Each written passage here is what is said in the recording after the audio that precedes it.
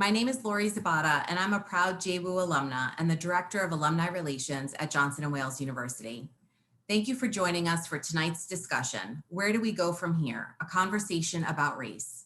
We're grateful to our moderator and panelists for taking the time to share their experiences with us tonight. Before we get started, I'd like to review a few housekeeping items. If you have questions for our panelists, please add them to the Q&A section. We will answer as many as possible at the conclusion of the program. The chat feature can be used to message other attendees. I'd now like to introduce tonight's moderator, Thomas Gaines. Thomas Gaines' undergraduate degree was earned at Bowling Green State University in Ohio, where he received a BA in radio and TV production. Upon graduation, he went to work immediately as a reporter for a radio station in Toledo, Ohio, applying all that he had learned. During this time, Gaines did stringer work for a subsidiary of Mutual Broadcasting Company and also became the host of an AM public affairs program at an ABC TV affiliate. The stringer work led Gaines to an opportunity in Washington, D.C. with Mutual Black Network. There, he worked as a tape editor and phone interviewed with Capitol newsmakers. He also has experience working in sales with a Fortune 500 company and taught in Cleveland Public Schools. During his tenure at Johnson & Wales, Gaines completed a master's in education degree at Cambridge College in Massachusetts. He has held several positions at JWU, including the first director of the Multicultural Center on campus and later director of diversity.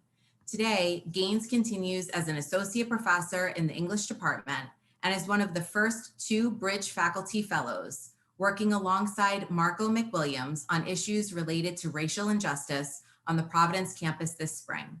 Please join me in welcoming Associate Professor Gaines. Thank you so much, Lori. I appreciate that. Well,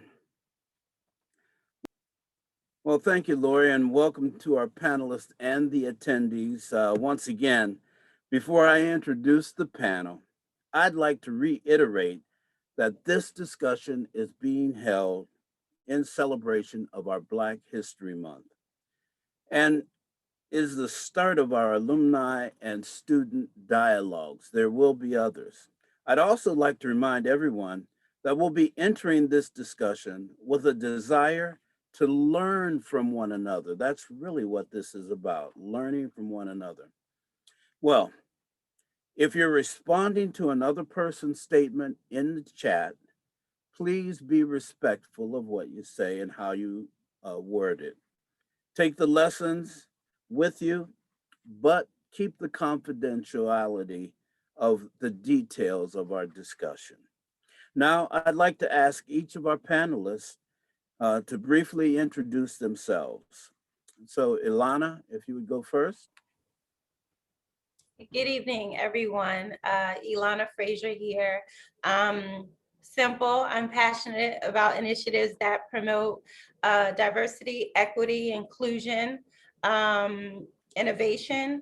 Currently, I'm on the JWU Diversity, Equity, and Inclusion Steering Committee. Additionally, here in Columbia, South Carolina, I'm the president of the Columbia Urban League Young Professionals, and I'm glad to be here. Thank you. Okay, next, Jolie. Hi, everyone. My name is Jolie Noel. I am a junior at Johns Hopkins University Providence campus. My major is Hotel and Lodging Management, and I am involved with the Alpha Upsilon chapter of Delta Phi Epsilon, as well as the vice chair of the Fraternity Sorority Leadership Team. Ja, would you introduce yourself, please? Hello, my name is Jahquasia. I go by Ja. I have attended Johnson & Wales for 4 years. I am currently a senior. I graduate this May, and I am also the creative director of Black Student Alliance on the campus. Okay, excellent. Thank you, Ja. Terrence,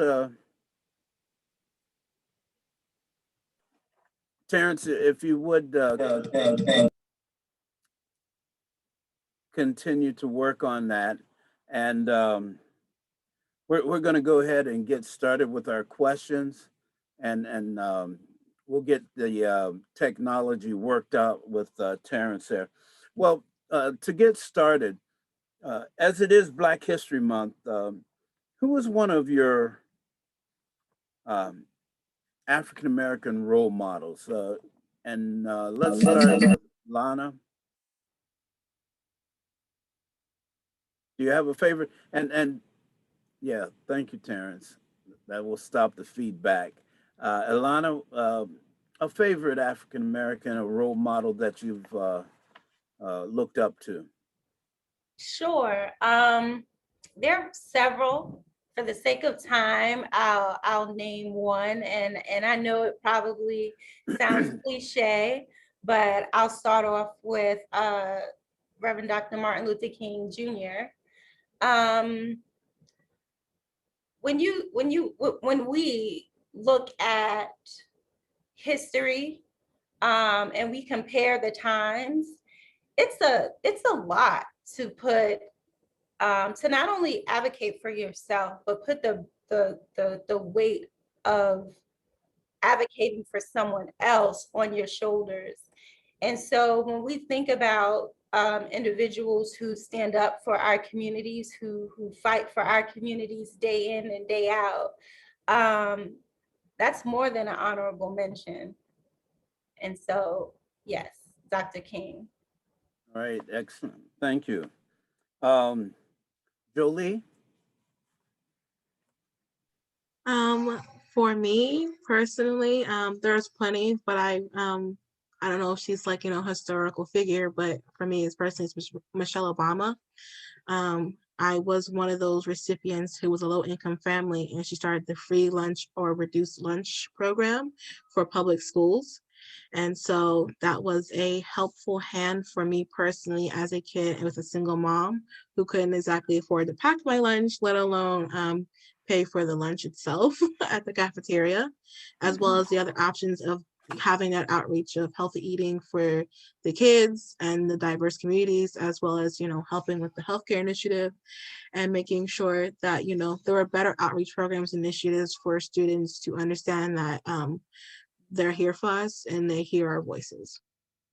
Okay, thank you, Julie. Terrence? Okay, can everybody hear me now?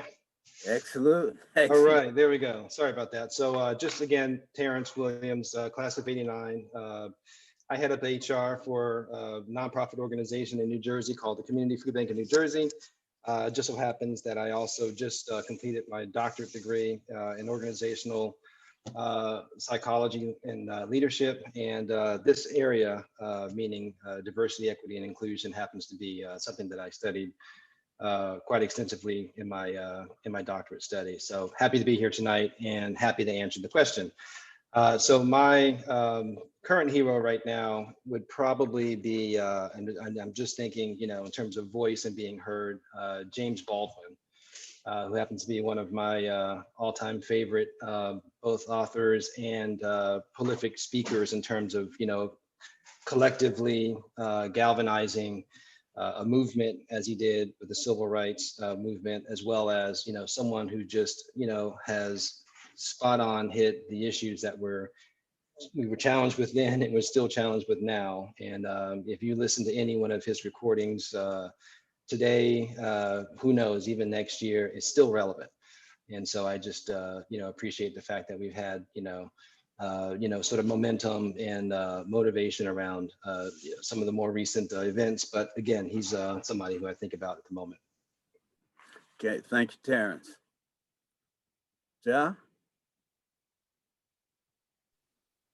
I would have to say Madam C.J. Walker, because she not only was the first millionaire as a Black woman, she made it possible for Black women to love their hair without feeling insecure or without feeling like it could be stuck. She made us feel as if we can be as one and whole with our hair and with our skin. So I would say Madam C.J. Walker. Okay, thank you. All of them excellent choices. And, whether it's someone from today or in earlier time periods in the country, each have made some great contributions to the Black movement in America. We hear terms diversity and inclusion a lot. That's something that's very common today to hear those terms together. Well, what do they mean to you? And if you don't mind, we'll stay with our rotation. Elána, you'll be up first with that question. Okay. Diversity and inclusion, it's evolved a bit much over the last couple of years. And so for me, it's equity. It's leveling, excuse me, the playing field. And so if someone is at a disadvantage and you give everyone $100, then the person who is already at a disadvantage will not benefit from the fruits of that $100.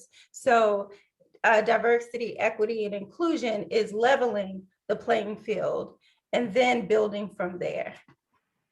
Okay, thank you. Jolie? That's exactly what I was going to say, was basically the same thing she said. It's evolved so much in the sense where, it's not just about the color of your skin, but it goes all the way into disabilities. It goes into, their income as well. And I think it's just really about just making sure that everybody has the same opportunity to grow within themselves. Okay, thank you, Jolie. Terrence, diversity and inclusion, what do they mean? What do they mean today? And what do they mean to you? So I think it's really interesting. I think, as far as I'm concerned, diversity is about difference, and inclusion, speaks to, including as many people, as many voices being heard. But I would be remiss to say that I would put diversity and inclusion together without including equity.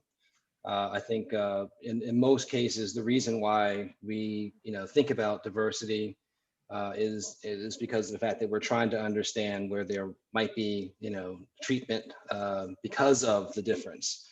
And so I would find it hard to separate those terms from each other, especially in this context. Okay, thank you, sir. Ja?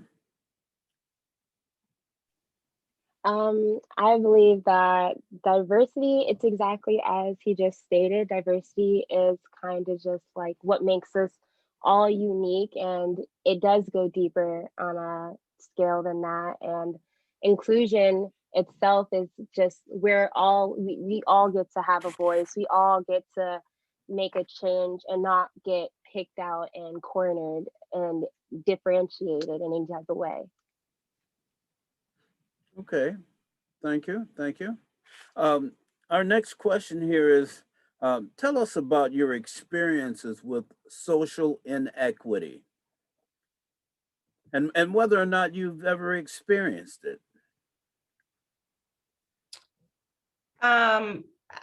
Personally, I can't pinpoint a personal experience with social inequity beyond just growing up the neighborhood. Originally, I'm from Brooklyn, New York, Ocean Hill, Brownsville to be specific.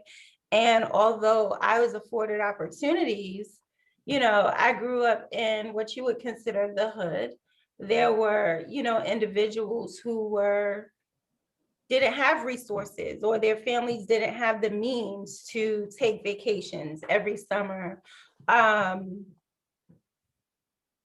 But I would say a lot of hoods, or a lot of what they call now urban neighborhoods, were of the sort growing up where it was the, school to prison pipeline, where when you went into these inner city schools or neighborhoods, they didn't have the resources of well-to-do neighborhoods.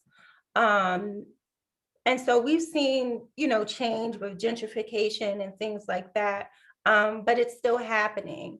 Are we upset about it? Do we see that there is a need for change? Of course. But only time would tell, especially with us being a voice of our community. Okay, Thank you, Elána. Joelle? Personally, for me, when I hear social equity, I equate it with almost like having power. And I know most people are probably gonna be like, what do you mean power? I grew up, I had the best of both worlds, I guess you could say. At elementary, I was in a predominantly white public school, middle school, same thing. And I always thought my mother was very annoying when it came to her being heavily involved in my schooling and being with the PTA and all of that. And I think now I look back and I'm thinking the reason why she did that was because she realized in order for me to have the opportunities that everybody else had, she had to have power. She had to have her voice heard. And the only way at that time was that, she's a Black woman, for her to have that power was for her to be heavily involved, to put in that work for me, because an 8-year-old can't do much. She doesn't really have a voice as a child, let alone as a Black child. So she was my voice. So I think that is kind of like my experience with social equity is the need for power, which kind of stems now on how my initiatives itself. Okay, very good. Thank you. Terrence, social inequity. Have you ever experienced it? And then what is it, and has it ever affected you in any way? Yeah, I mean, I can give many examples, but I guess we should define it first. And I agree with the other panelists that it's really about a sense of equity as it relates to power and authority, as Jolie mentioned, and also, the ability to kind of advocate for oneself, where there isn't someone advocating for you. As being someone who's both raised in the South and maybe a bit older, I grew up in a time where there was civil unrest. I actually experienced the civil rights movement as a youngster, and then of course the recent events just bring a lot of that feeling back. So firsthand dealing with social inequity. And I guess the part that I'll add to this conversation is, a well-known topic that if you're familiar with this space, called double consciousness. And I think that's an interesting way of thinking about social inequity, because in double consciousness, the person is thinking about how the other person is sort of viewing them, but it's from the lens of inequity. It's not really in the lens of positivity or it's more, I automatically assume that this person is looking at me as someone who is beneath them, condescending. So that double consciousness happens to be something that I think, we've all sort of experienced in a way. If you're, a person of color, perhaps you would, agree or be aware of that. And I think it's something that has been, sort of socially constructed, repeated, shared. So it's something that we think about. But that's what I think about in terms of social equity is having the ability to advocate for oneself and have the same kind of authority and privilege that others have as well. Okay, thank you. Ja? Hello. I've never fully experienced social inequity myself. But I live in New Jersey, and all my life I've always gone to private schools, and in doing so, we get to go and help out in certain areas, like maybe Newark, East Orange, Irvington areas, such like that. And it gives you this kind of sense that you're going, especially when you get to help people, whether it be food, clothes, or anything, out of your way, rather than you be asked to do it, because you understand that you have certain things that you are selfish for. Even if you're not acknowledged to it, people out here don't really have what we have. And so in doing so, when I come back home, I feel good about helping other people, but I don't feel good because I get to come home to a good space and they're still struggling, to the point where you wish you could help all of these people, whether it be you taking them in or giving them your last.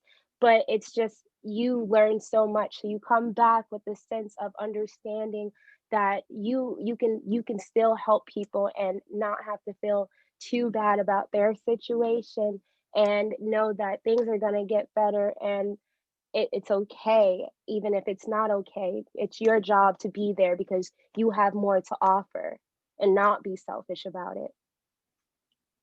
Well, that is a great testament to witnessing inequity as it exists in our society today, and it affects Black people in particularly more than it does others. And you actually moved right into some of what the next question is. Representation matters at all levels. Do you feel that you are using your voice on behalf of those who are unseen and unheard as best you can?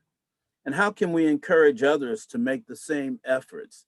And Ja began to discuss some of her volunteering efforts and things like that, but each of us have done a number of things. And so, Elána, would you please share what some of your experiences have been with working with some of those unseen and unheard individuals? Sure. So one thing that I'll mention, I'm in policy and government. I influence policy for government. And then my end goal with that is to be a policy, not a policy maker, but a policy director on social disparities.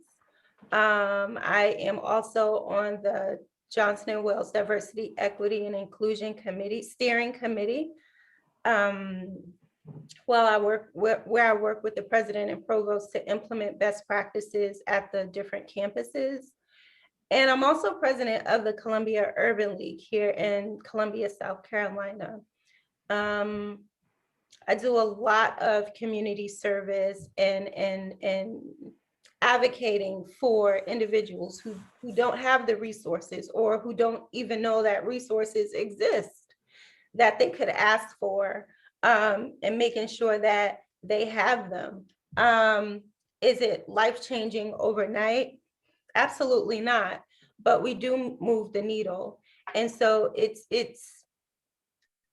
no matter what capacity, every little bit counts, whether it be you're at a soup kitchen, whether it be you're helping to do a sock drive or a clothing drive.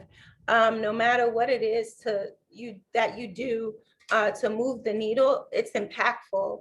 Just make sure and keep in mind that eventually you would want to push the envelope, do the best that you can, and get others involved as well. Right. Thank you, Elána. Joelle? When it comes to that, I think that, as a student and not really knowing, having the resources or having that ability to speak up or being too afraid to, I feel like right now, this whole stepping stone of being on panels, being a voice to the unheard of for the student body is kind of where I've just started personally. On top of that, I've taken the whole idea of with being on a national Panhellenic council instead of being with, NPHC. I've been an open voice for the person of colors personally in my sorority, starting a nationwide Facebook group for diversity and inclusion chairs, helping other chapters start that chair position and making it a permanent position within their L team, as well as, trying to make sure that personally my sisters that are person of color in my sorority have a voice and are being heard of throughout the L team, throughout the chapter, and throughout our headquarters itself. All right, excellent. And I think that then speaks to the second part of that question was, about helping others become active in this goal as well.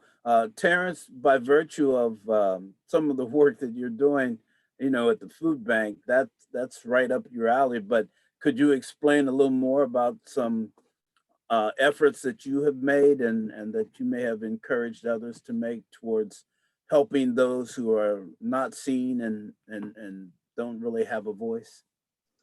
Yeah, it's a great question. And to your point, very insightful. At the Community Food Bank, we certainly serve people in need, our neighbors in need, which are many, of course. And I think that in that effort, not only do I work with our leadership team in terms of making sure that those who can advocate for themselves are advocated for in my position of head of HR, but also throughout my career, I've just made it sort of my point to be or try to be someone that's in that space who is trying to help organizations understand what it means to be an out-group member, how that feels, and what we can do to help those who don't have a voice have more of a voice and be heard. And one thing that I think that I tend to start with, especially as it relates to coaching, is to think about words of inclusion and words of exclusion. And so when we say things like we, us, even me and I, those are more words that speak towards inclusion. And when we say they, them, those, for example, that kind of speaks to sort of an in-group, out-group. So trying to help leaders sort of exercise a little bit more hypervigilance around those types of things. So that's again just a small portion of the kind of things that I do. Well, absolutely, and those words then are magnified, under certain circumstances. Jahquasia, so your thoughts on that about helping those who are not seen, and then encouraging others to do this as well. So okay, it kind of sucks because I did it in my last year, and I wish I was able to do it all 4 years. So I am in BSA, Black Student Alliance for Johnson & Wales. And so with that is like a lot of people will come and say they've never heard of it, or do you have to solely be Black to join the club? We are not an exclusion club, we are an inclusion club. And so what we do is we're allowing other students to give a voice on campus while being appropriate and conscious of other people's feelings. And it's basically to create a safe space, just as this panel discussion is, so that if you have an issue or if you feel like you're not being heard, we're here to listen, and we're here to speak for you, or you can speak for yourself. And we're basically saying that it's okay. Like, don't be scared to be a Black student at a PWI. That should never be a thing. You don't have to go to solely Black college just to be comfortable. Some people may feel like that, but you have to create a safe space. So in the Black Student Alliance, I feel it welcomes and it joins all. And we even have some white people in our club, and it feels so good because they come and they learn and they teach us some things that they've never even known. So I think it's a great way to really help and represent people who don't have a voice or who are just scared that they're not even going to be heard or ignored. All right, excellent. Thank you for that response. Our next question, how can we be agents of change during this pandemic and agents of change, and racial and social injustice that's going on when we have this civil unrest? What do you think? What can be a method for us, a mechanism for us to move forward and be the change agents that we know are necessary today? Great question, Professor Gaines. It starts at home.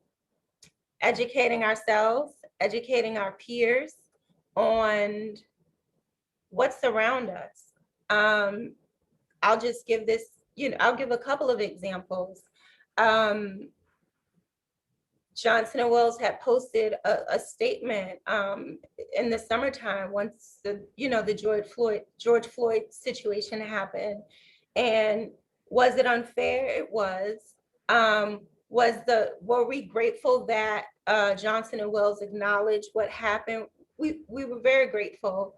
But social media was not happy with the statement that Johnson & Wales made. And so it was a long thread of upset individuals, alum, current students. So I took it upon myself, because I had a relationship with the Johnson Wales leadership, because I had a relationship with the Alumni Association, I wrote a letter to them, and I called, and they were immediately responsive. It's the same thing at home. Once you see that something has passed, a policy that has passed, and it's on CNN, I won't say it's too late, but protesting won't make a change. I encourage you, I implore you to go to your council meetings, your city council meetings. If you have, a grievance, talk to the leadership in your areas. It starts there.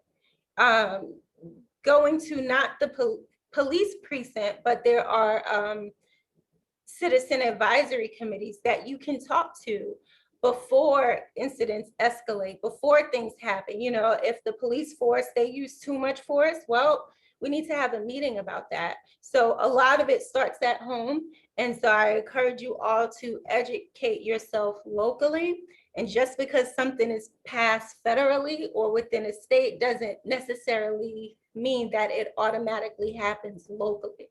So make sure we educate ourselves locally on what's happening around us, become well-informed and spread the word. Don't listen to everything that you hear. Research it for yourself. Don't listen to fake news. Research it for yourself. It starts at home. Thank you, Elána. Jolie, what do you think? How can we continue to be agents of change in this challenging time? I think going off to what Elána said, personally for me, it's to not attack one another. This is supposed to be an opportunity for us to uplift each other, as well as make sure that all of our voices heard. And that is just from personal experience, being diversity inclusion chair. During the George Floyd moment, I had severe anxiety, crying almost every day, because it was like, enough is enough. When is it going to stop? When am I going to feel safe by the people that I'm paying my tax dollars to, basically?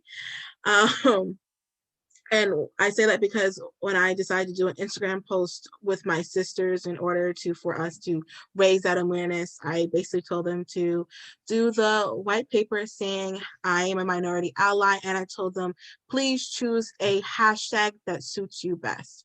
Because my idea was I did not want to silence my sisters' voices. If hashtag Black Lives Matter at that moment wasn't for you, but it was don't build the wall, or in other words, hear their voices for the Native American women that were murdered and kidnapped towards human trafficking, sex trafficking, put that instead. And personally, an alumni decided that that was not okay, and we should be writing basically slander on the police, saying you need to, say defund the police, you need to be putting hashtag Black Lives Matter. And she had so much power that the L team decided to take down the Instagram post. That one person had decided to attack several people into manipulating her way into taking down the post, because it wasn't what she wanted to see. It wasn't what she wanted to hear personally. And personally for me, that was an attack on me. And I sat across my mother crying to her on July 4th at a barbecue, basically because I try to do something and involve not, just my person of color sisters, but everybody. And it was taken away from me. And it felt like a personal attack on me, on my mindset, and my emotional state. Okay, thank you for sharing, Jolie. Terrence, it's a question. The pandemic's going on. What can we do to keep it moving, to move the movement of searching for equity and more diversity in our society today? And we know that we've got civil unrest and other things that have occurred. What do you think are some of the methods that we can employ now? Yeah, thanks for giving me the out and asking for a method, because that's exactly where I'm going. Thank you, Professor Gaines, for doing that. So first of all, I want to say, I'm really proud to be a Johnson Wales alum. I'm so glad that Elána gave voice to and rise to, Johnson Wales taking an active sort of stance first in the murder of George Floyd, and and vocalizing their concern and their disappointment, and for Elána taking the step to not just attack or negatively criticize the university, but actually ally with them. So I think that's extremely powerful, and so to me that's in a way a framing opportunity, how she framed that opportunity as an opportunity to work with the university versus become one of those voices that is dissenting against. And I think that's really important. I guess the point that I'm going to make is the idea of coalition. And how does that happen? So that happens when there's contact, when there's an understanding that our worlds are socially constructed, and understanding that we all have different viewpoints, but trying to be open through positive inquiry, and be more curious, and having more openness around having a conversation, openness to hearing someone else's point of view, openness to trying to be in someone else's shoes and understanding them. I think that's what if that leads towards healing, great. If that leads towards understanding, great. If that leads towards further dialogue, further conversation, great. I think that's the point that we're all hopefully trying to make here, which is that we want of course equity. Who doesn't? I think we all deserve that, but we also, I think, want to be heard, and we also want to make sure that there's a space, right, and an opportunity for multiple voices to be heard in one place, and again, as someone mentioned before, in a safe space, so that those voices can all be collectively heard. So that's all I would offer. All right, thank you, Terrence. Ja, that question, how Yes. can we be an It's agent of actually change? it is a very good question, because going back to reiterate to the George Floyd incident, I personally read the email from the school, and it didn't really, to me, it didn't seem cared enough. Like they cared, they acknowledged it, but they didn't truly show that they cared. And so I was, as Elána said, I was one of the students who took to online social media, but not attacking the school. I just said that I just don't feel safe for me and my brothers and sisters on the campus for you to blatantly say, we are aware of the protests and the anger of George Floyd, but we are the Wildcat Way. That just didn't it just didn't make me feel safe anymore. And I just wasn't comfortable being on the campus. So after posting on social media and, being tagged and everything, even if it's not in a malicious way, it's just like, okay, you have concerns, you could have just called the school. And if I could go back in time, I wouldn't have done it like that. And so I was able to get on the phone with one of the directors, and they were actually the ones who put me in VSA. And they said, you have such a strong voice, and we understand that maybe the email wasn't what you wanted to see or what some students may have wanted to see, but we are here and we hear you. And so me joining BSA, it kind of just made me realize that, okay, like we don't have to be ignorant Black people. If something's upsetting us, we go straight to the board or people who will actually hear us out. And I feel I feel I did something good for our Black students in the school. Maybe not as big as Elána, but I feel like I'm a huge part in it, because if I didn't post that, the school would not have called me or said anything or actually expressed some type of feeling. And I felt like it made an actual change. All right, thank you, Ja. For those of you who have been listening to our panelists this evening, now is the time we would like to invite you to send in your thoughts or questions that you may have with regard to this discussion.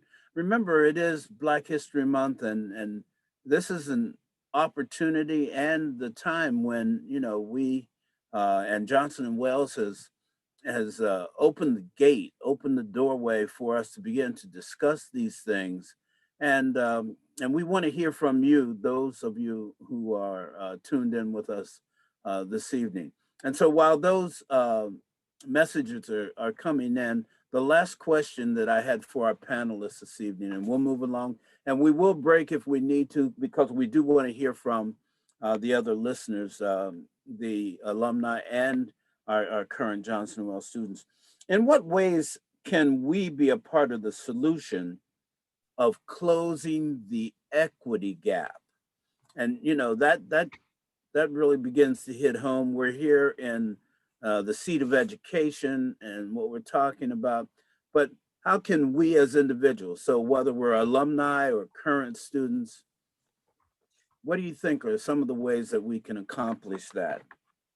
Be a part of the solution of closing the equity gap. Elána, we'll start with you, please. Sure. I'll begin with use your resources. Share your resources with others. Like Ja mentioned, she called the school. Use what you have to get what you need. There are programs, policies, different things in place that need to meet the needs of all individuals, not just one population. And so when that's not happening, speak up. Speak up, because if you don't ask for something, it's not going to happen. It may be a new innovative idea. It may be this business's first time hearing about it. Unfortunately, in 2021, it just may be, but you need to speak up and advocate for yourself.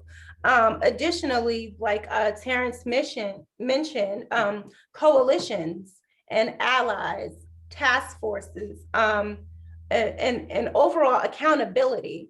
Make sure that we're holding people accountable. And I use this example very frequently. If you're voting for the last, for the same person for the last 3 decades on a straight ticket, then you're wasting a vote. Okay. He's been in your vicinity doing the same thing for 30 years, not innovating your community. You need to switch it up a bit. And so definitely accountability. And we've seen it with the murder of George Floyd. We've seen it with the murder of Breonna Taylor, but it's up to us. That's the end result. That was a casualty, but it's up to us to voice our opinions beforehand and policies and programs to make sure that policies are changed before these incidences happen. All right. Thank you. Thank you. Well, listen, we are starting to get some questions in from our viewers, and I would like to get to some of those before some of the others of you answer that final question. But let's see. So the first question I have here, if any one of you come back and walk through the spaces around the Johnson & Wales campus in 5 years, what would you like to see at that time that will tell you that the needle has moved towards a more diverse, equitable, and inclusive campus community? Do I need to read it again for clarity? You got that? 5 years, you're coming back to the campus.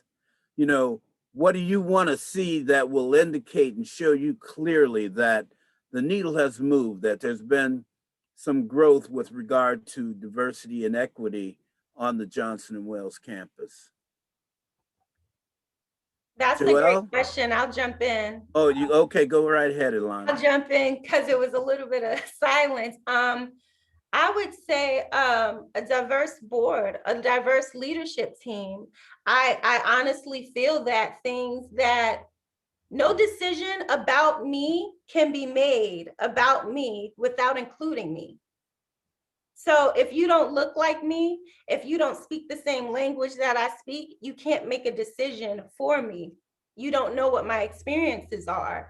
And so having leadership that represent the body, the student body, although we are not at HBCU, leadership that represent the student body as a whole, I would like to see that.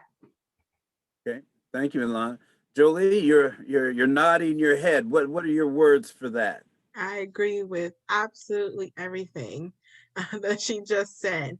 Adding on to that, because I am a student right now on the JWU campus and I'm in the classroom, what I would love to see is being taught by a professor that looks just like me in the sense. I would like to see definitely more diverse population when it comes to the professors and the faculty that are on the campus.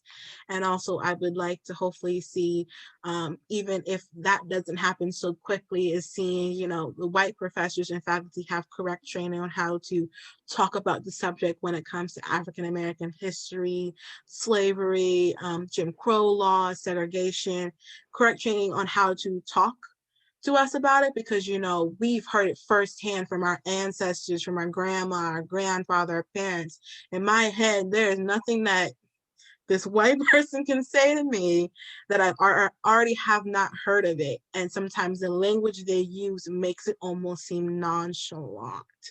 Like it doesn't matter anymore. It's in the past, but it's not in the past because we are still dealing with the same issues at hand. Maybe not as a whole of the United States of America, but there are individuals out there who still have that same mindset. Thank you, Jolie. Terrence, your thoughts? 5 years, you come back. What would you like to see? You know what, I'm going to be quick here because I think that the voices that need to be heard are the current students, because that would be more real-time feedback. But Okay. I would just add to what Jolie just mentioned, which is, you know, the idea of maybe diversity, equity, and inclusion, you know, training being something that is, you know, not the word mandate sounds so, you know, draconian and policy driven, but the understanding of how to create an inclusive classroom, how to become more self-aware as an instructor, as a facilitator in the classroom. And yeah, sure, you know, definitely having Black and brown people in the leadership ranks shows a commitment to diversity. But I think there's, you know, also other things that the university should listen to, the voice of the students more frequently around this topic, to gain a better understanding of what the needs are. So I'll defer to the current students for that feedback. Okay, thank you. Ja? Just to reiterate, because everybody pretty much said it, I would love to see a Black faculty, like just more of it, especially when it comes to counseling services, because in counseling services, the whole point is to be in a safe spot and to have that one-on-one moment. And just like Jolie said, it's very hard that you think you can't say certain things to a white counselor because you don't want to make them feel awkward, or they just don't want to have the conversation. Whereas if I was to sit here and talk to a counselor who was Black, they would say, okay, or I understand, or I basically, we go through the same things, and if not us, the rest of our members have, or like Black people have. Okay, thank you. Next question, how do we get those who have caused some microaggressions and slight acts of racism to understand the weight of what they are doing and to come to mutual respect and understanding where progress can be made? You know, how do we engage people to say, look, you know, where that place where you're coming from is detrimental to, you know, the environment here that we're in. Any thoughts about how we could share those kinds of thoughts? You know, how do we correct when we're in an environment where this comes out? You know, what do we do? Any suggestions? Yeah, I can offer one if that's okay with the panel. Sure. So first of all, I think what I was talking about earlier, the language of inclusion versus exclusion is something that we would consider a microaggression. And for those of you that, that know, microaggressions can be language, it can be body language, it can be facial expression, it could be conscious, it could be non-conscious. So becoming more hyper aware, more hyper vigilant of how you show up and what the context is in that moment, I think are definitely things. And in my mind, in my experience, that comes through both training as well as, having contact and discussion with other people. Otherwise, you really don't know. So again, getting back to this idea of more dialogue is needed around this. More dialogue is needed to understand where microaggressions come up, how they show up, and how to be aware, of when they happen. And again, the impact of how they happen might help the institution begin to understand, how to address microaggression, in the university. But I think it gets down to a person wanting to do that work, because that's really hard. I mean, the idea of a microaggression and being aware of that, being aware of when, you're speaking, more sort of, your speaking is more gender inclined, for example. You wouldn't know that unless you actually had a dialogue with the person to understand that. So I think that's the hard work that has to happen. Yeah, I think your point is well taken. Sometimes when these microaggressions occur, sometimes people are even blind to the fact that they have offended, or that they've crossed the line, or that there's the other body language and things have indicated a sense of removal from the situation. Another, we've got a few questions coming up, and we're going to have to wrap it up soon. One was, is anyone on the panel aware of how diverse the senior leadership is at Johnson & Wales? Does anyone have a sense for that? It's not very diverse at all. And drafting my letter to Johnson & Wales, I did the research, and in that letter, I believe I gave or I suggested 4 outcomes from the murder of George Floyd and the Johnson & Wales response. And the leadership isn't diverse at all. Okay, excellent. Well, we're drawing near. I'd like to get one more question in. One question that came in, it says that I love that Johnson & Wales has moved into this space, and because of that, what opportunities does Johnson & Wales have to pursue equity as an institution? And how can Johnson & Wales be a better ally? What can Johnson & Wales do better? I guess I'll jump right in again, and then I'll piggyback off of another question that was asked, kind of answering both questions at one time, but it's definitely being intentional. I want to say in 2008, when I did my internship, I had to find my own internship. Johnson & Wales did not have the resources to accommodate me. I was in the hospitality college. They didn't have the resources, so I had to go back home a couple of times to find my internship. And with that, it's cyclical. So whatever knowledge you learn or you gain, it's going to be beyond the doors of Johnson & Wales, beyond the campus of Johnson & Wales. And so you have to pour back into the institution. But it's also the institution being intentional, the institution reciprocating and using their resources to say, hey, you know what? This student or this alum is very knowledgeable in their field. Let's bring them back and try to use those resources to enhance the students' knowledge base.